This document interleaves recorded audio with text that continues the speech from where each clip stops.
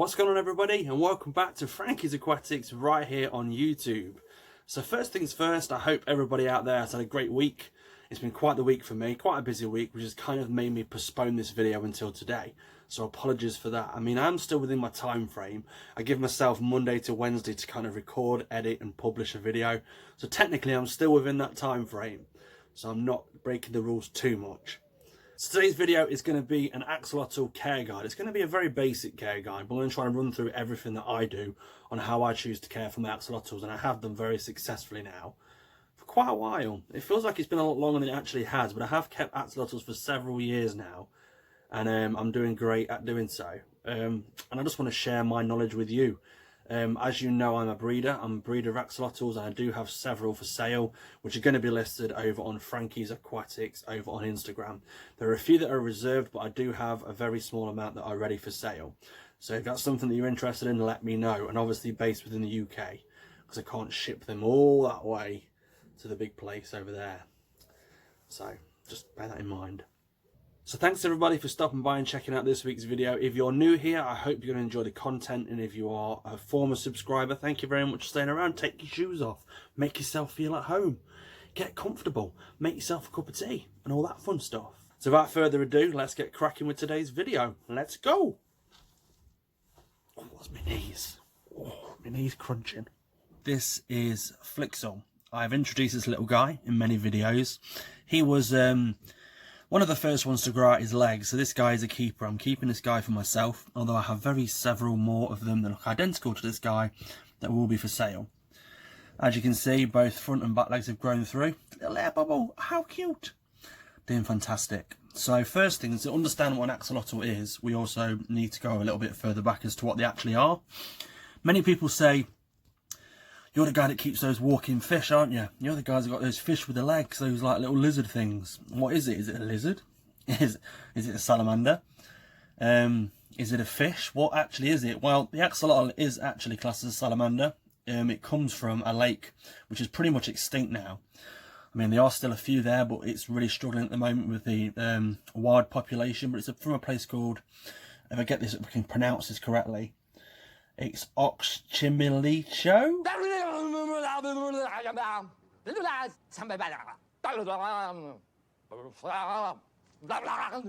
I'm completely saying that wrong, but it's a lake that's found in Mexico City, and they've lived there their entire lives. They do obviously pop up in other lakes in surrounding areas, but the locals don't class them as true wilds, as they call them, because not unfortunately, but they've obviously been moved by humans and placed in different lakes where they do tend to fare a little better.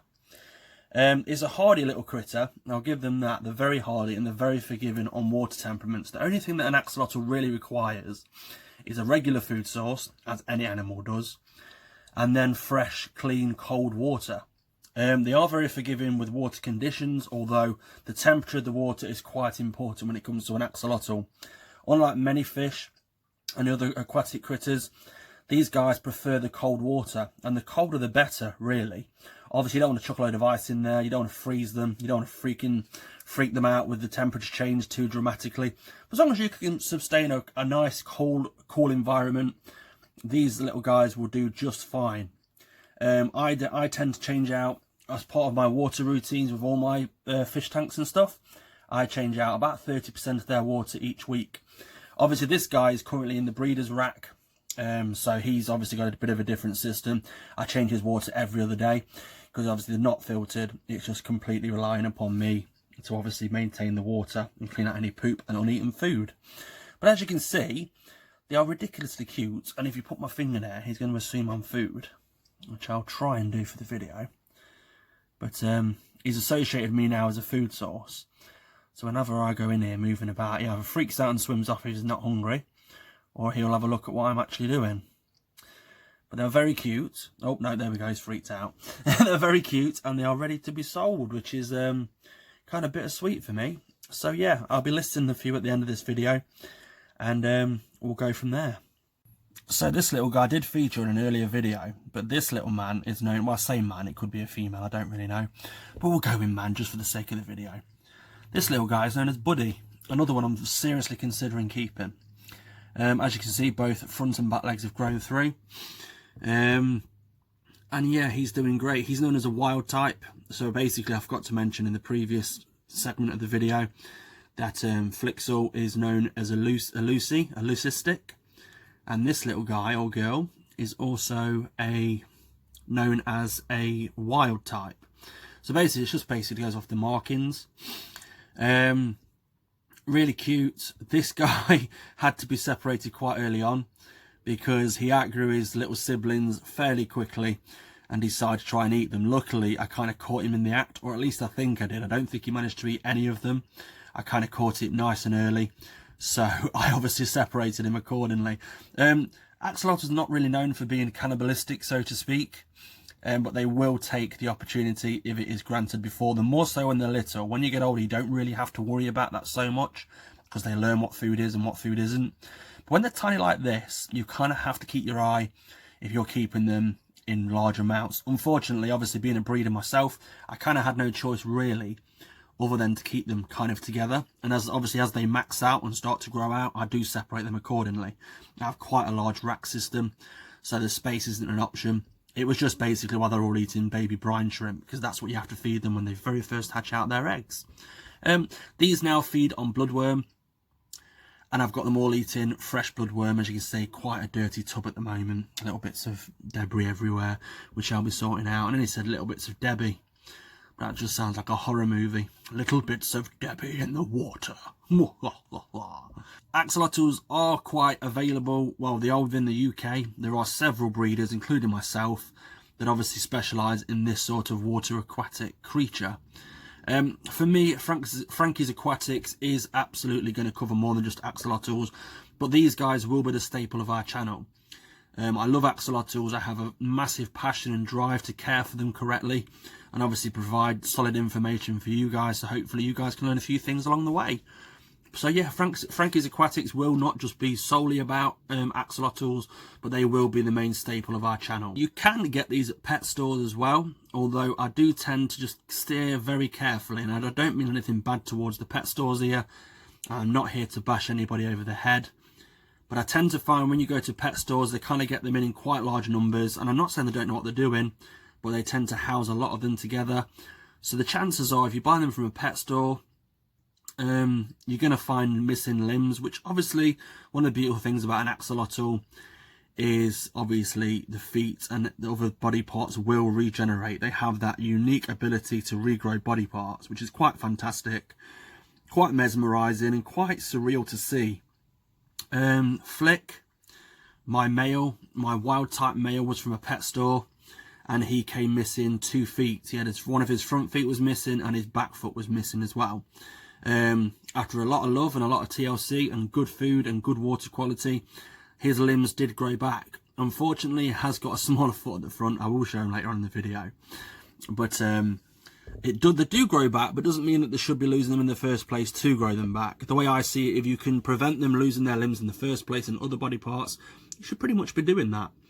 So for me, if you're going to look into buying an axolotl, try and find a local breeder, or try and find a breeder within the UK, or if you're in America, obviously within your state, and then obviously go from there. I'm not saying don't buy from a pet store. If there's a pet store there that has them, by all means, but just be aware that you're probably going to get one that's a little bit battered and bruised. So here are 3 of the babies that are currently being housed together in the breeder's rack. These guys are the ones that are going to be ready for the home very, very soon indeed. So if you are interested and living within the UK, please get in touch and we'll see what we can do. As you can see, they've got little full bellies, hence that red blotch behind their head. That is their tummy, and it is full of nice, juicy bloodworm.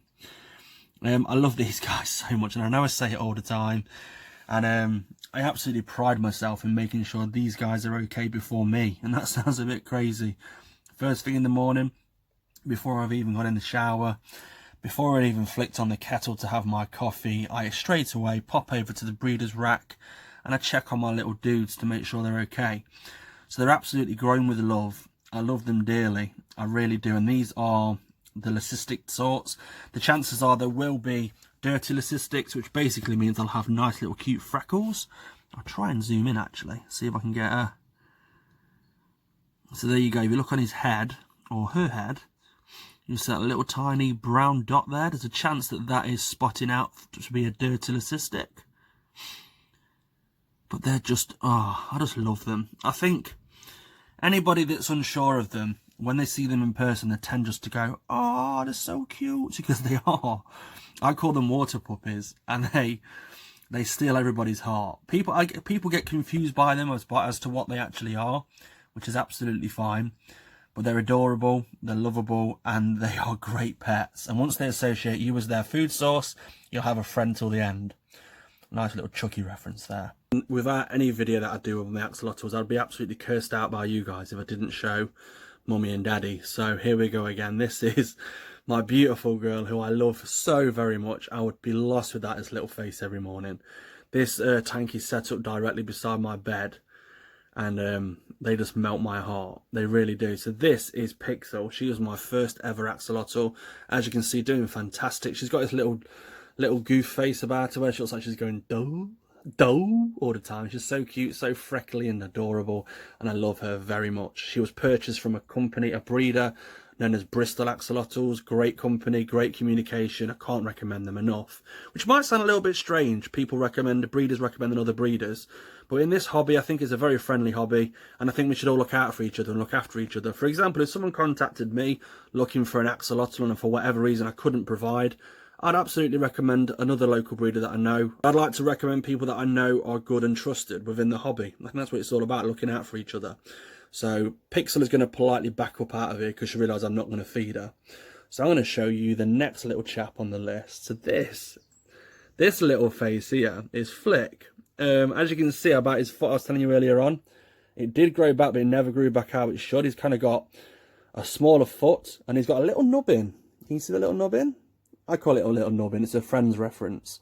But at the side of his, like on his elbow, he was a human, and there were his elbows. He's got like a little nubbin that's growing there. This guy is adorable.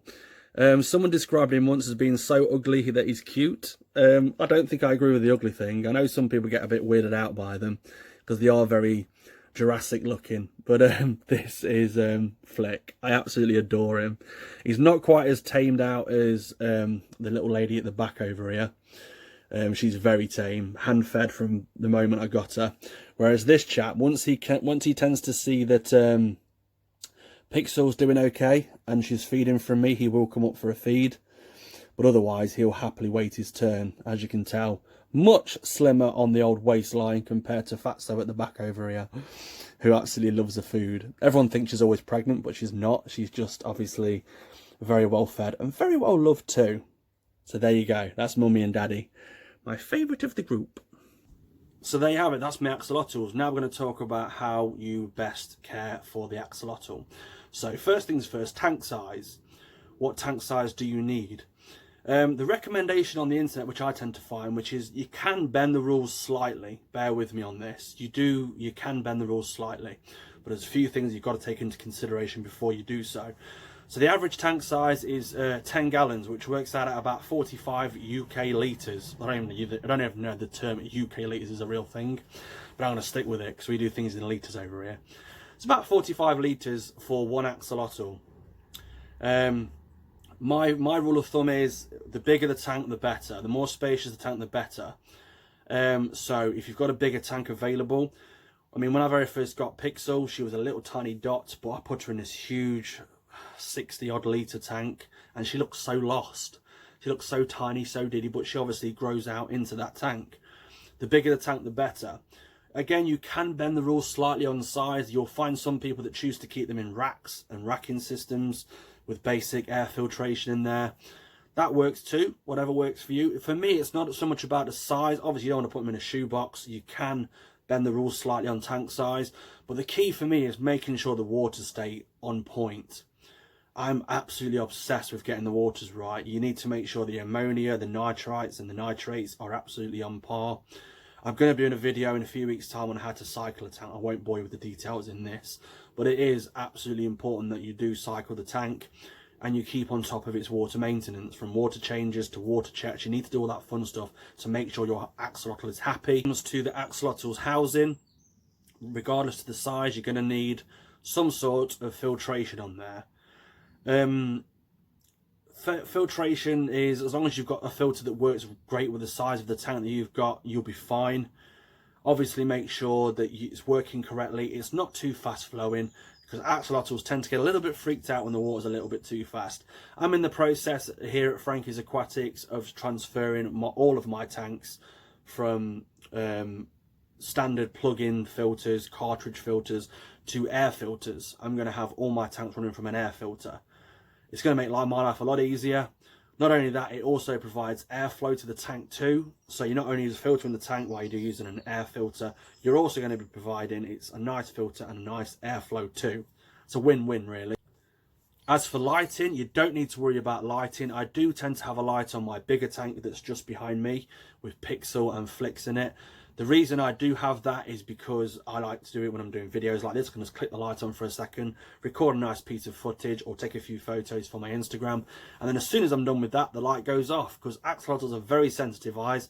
They obviously don't have the ability to close their eyes. They have no eyelids. So they're very sensitive to light changes. And if you do give them a hide, which I tend to like to do, a lot of people overlook that fact actually. A lot of people overlook the fact that I like to provide a hide for my axolotls. There's nowhere on the internet I read to do that. I just thought, you know what, I've got a couple of snake hides that are not in use. I give them a good clean. I pop them in, and within 2 minutes, both axolotls are in their own hide. They have a hide each, and then they have a glass jar which they like to sit on. They also have a hammock as well. It's like I'm talking about my kids. I love it. Oh, I love it. But if you provide them with hides, you will tend to find they will use them.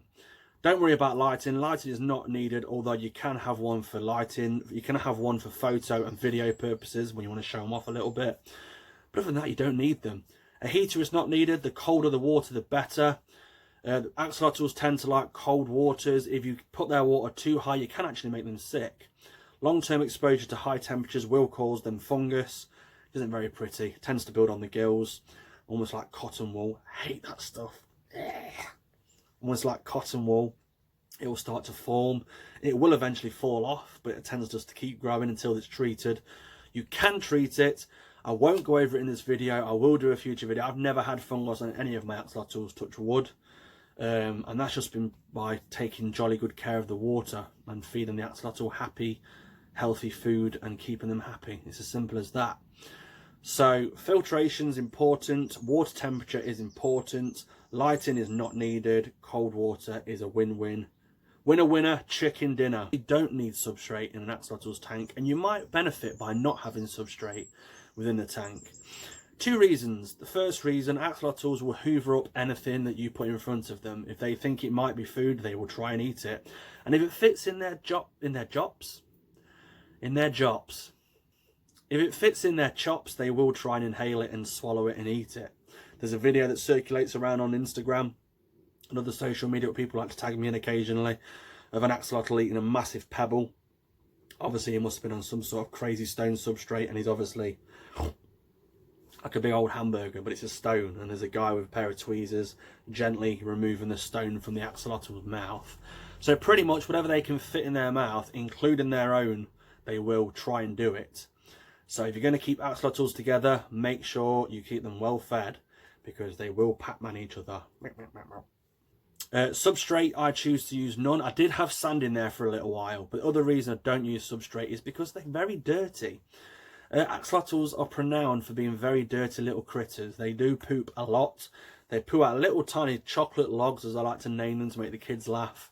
And they look nice and compact in the little water, and then you go in there to try and scoop them out, and the slightest movement and the slightest touch, poof, confetti everywhere.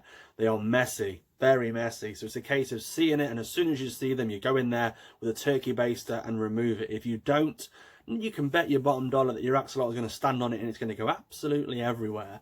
And whilst your filter will remove a lot of that dirt, it won't remove all of that dirt. So just be aware of that.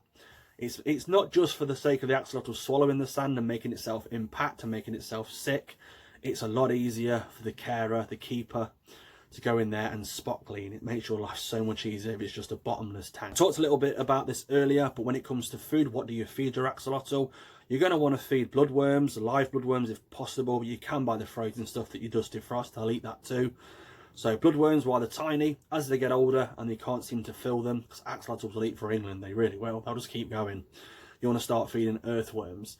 Live earthworms work best. You can buy frozen dried earthworms. I've never used them myself, although I do know people that have for convenience. But if you can find a pet store or a provider that provides live earthworms, they're going to be your best bet. And if you're not too grossed out, if you're concerned about the size, you can chop them up too. I do recommend that you do try pellets, because it does make the quiet times easier. So for example, if you're feeding live earthworms and then for whatever reason 1 week you haven't got to the pet store, or the pet store's having a problem with the supplier and you can't get hold of earthworms, you can use the pellets. I'll actually show you what pellets I use, one sec. So I use these tropical axolotl sticks. Nothing fancy, not too pricey really. They don't look very much, to be honest. They just look like a typical fish food. They're very small, tiny little grains. You can see that. Little small tiny grains. Smell very rich. Don't smell too pleasant, if I'm completely honest with you. But they will take to these in time too. I tend to find they enjoy these a lot more the older they get. So they tend to become less fussy. The older they get, they tend to become less fussy on what they actually eat. So that is what I eat. But again, I wouldn't personally, only from my own advice, I wouldn't feed these as a staple diet. I wouldn't feed them and them alone. I would definitely try and introduce some sort of live food to your axolotl as well, if possible. And I think that's pretty much it covered. I do want to run over some questions that people ask, and there's only 3 of them. I'll run over them really quickly, so I don't want to make this video too long.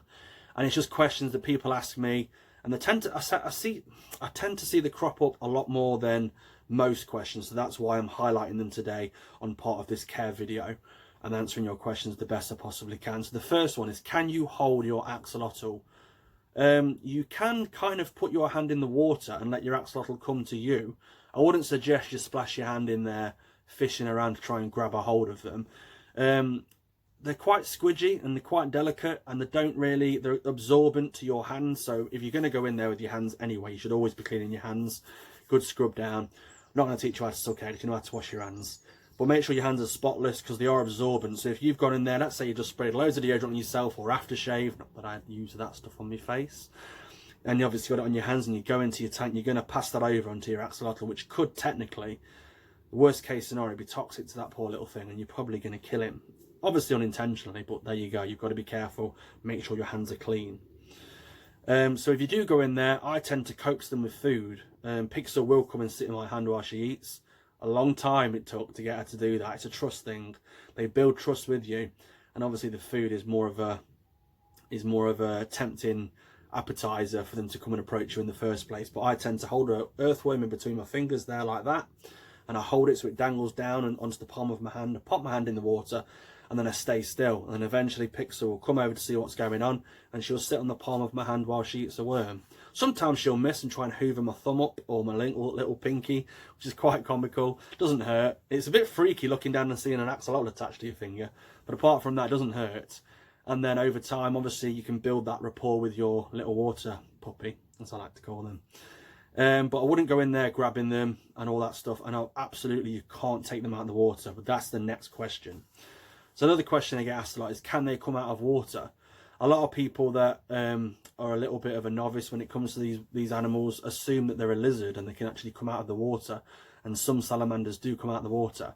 Axolotls don't come out of the water, as a rule of thumb. So to lift one out of the water would be a huge stress to that poor animal. Sometimes I've seen on the internet, people do tend to treat, if they get given a treatment by the vets, they can take an axolotl out and put them on wet paper towels to give a treatment, a medication to maybe.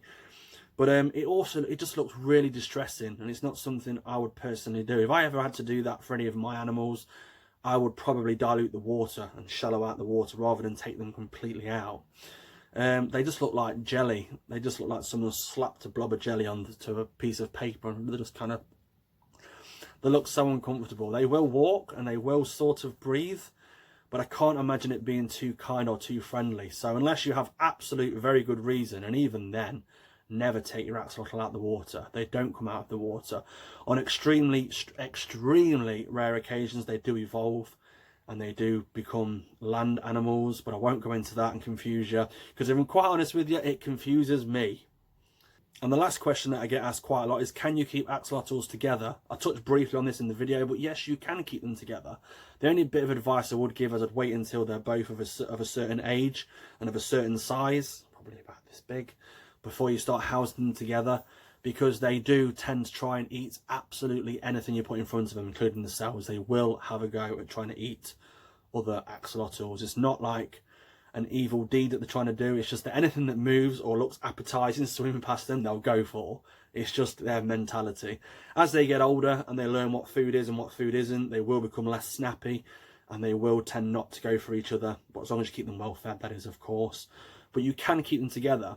Obviously, if you're considering keeping two together, be aware that obviously axolotls, male and female, are quite difficult to sex. They have to be at a certain maturity level before you can kind of work out what their genitalia is, a male and a female. It's very complex, and I got it completely wrong. I was convinced that Pixel was a boy. Absolutely convinced. But now I have a male and a female that are both sexually mature. I can absolutely tell the difference. But that didn't come straight away. You can't tell a baby if it's a male or a female, not until they're about 1 to maybe 1.5 years old. You can have a guess at what they are, but if you're anything like me, you're going to get it completely wrong. So just be aware, if you do keep the two together in the same tank and you have a male and a female, the chances are, if you keep their waters nice, if you keep them happy and well fed, you are going to end up having babies, or at least the spawn of eggs anyway. So just be aware of that too. That's pretty much it. I hope I haven't missed anything out. I will probably watch this back and think, oh, I missed this, or oh, I missed that. That's why I want to label this as a very basic care guide. It's running over the basics of how I choose to care for my axolotls, and have successfully done and successfully bred too. So it's about providing the best possible environment that you can for your water babies. Axolotls will always hold a special place in my heart. I think they're amazing. And if you're seriously considering getting one or already have one, welcome to the hobby that you're probably never going to lose interest in. They're amazing. They are fantastic. Like I've said a couple of times in this video, I call them water babies. They're that adorable. They're just something else. I can't quite describe what it is that what they do, or how they win your heart over. But if you meet an axolotl and you don't fall in love with him, there's something wrong with you. You're wired wrong. I'm saying it. I'm saying it. I don't care. That offends people. That's going to offend people. That's just the way it is. Okay. You don't fall in love with the big gills and the big puppy eyes and the dopey dope face, then there's something wrong with you. I'm telling you. You need to have a stronger coffee in the morning or something. So thank you very much for checking out this video. As always, be sure to hit the like button. It just lets me know I'm doing things that you obviously enjoy. If you haven't done so already, hit the subscribe button. I love you all very much. It's a big word, but I mean it. I mean it. I absolutely mean it. And until next time, ta-ta for now. Boo! This way or that way, or this way or that way.